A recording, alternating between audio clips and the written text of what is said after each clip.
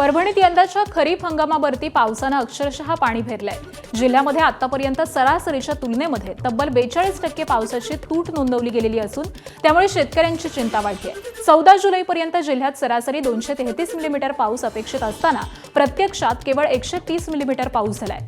तोही तुटक स्वरूपाचा असल्यामुळे शेतजमिनींमध्ये ओल टिकून राहिलेला नाहीये।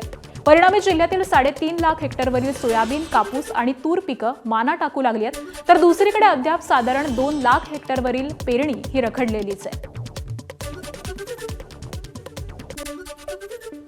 परभणी जिल्ह्यावर यंदा वरुण राजाने पाठ फिरवल्याचं चित्र निर्माण झालेलं आहे। कारण आपण बघितलं तर 14 जुलै आज उजळलाय आणि 14 जुलैपर्यंत सुद्धा समाधानकारक पाऊस झालेला नाही। आज 14 जुलैपर्यंत जिल्ह्यामध्ये जवळपास 233 मिलीमीटर पाऊस गरजेचा होता, मात्र तसं झालं नाही। फक्त 130 मिलीमीटर पाऊस पडलाय, तोही तुटक तोही सलग पडला नाही आणि यामुळेच कुठेतरी 14 जुलै उजळला तरी जिल्ह्यातल्या पेरण्या पूर्ण झाल्या नाहीत। आजपर्यंत जिल्ह्यात 3.5 लाख हेक्टरवर पेरण्या झाल्यात, अजूनही 2 लाख हेक्टरवर पेरणी बाकी आहे आणि ज्या पेरण्या झाल्यात त्यांची परिस्थिती आपण बघितलं तर मी सध्या या सोयाबीनच्या शेतामध्ये आहे आणि जर बघितलं तर हे सोयाबीन आता मान टाकायला लागलेलं आहे। कारण पावसाचा खंड मोठा झालाय, पाऊस नाहीये आणि शेतकऱ्यांकडे पाण्याची उपलब्धता नाहीये।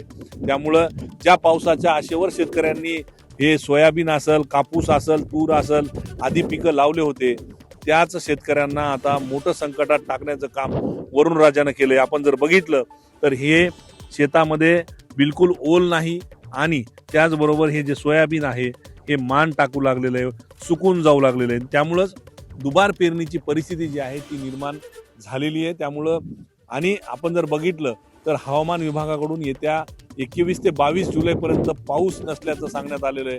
काही ठिकाणी तुरळक पाऊस पडेल, मात्र काही ठिकाणी पाऊस नसल्याचं सांगण्यात आलं आणि यामुळेच शेतकऱ्यांची चिंता जी आहे ती वाढलेली आहे। पंकज क्षीरसागर, एबीपी माझा, परभणी।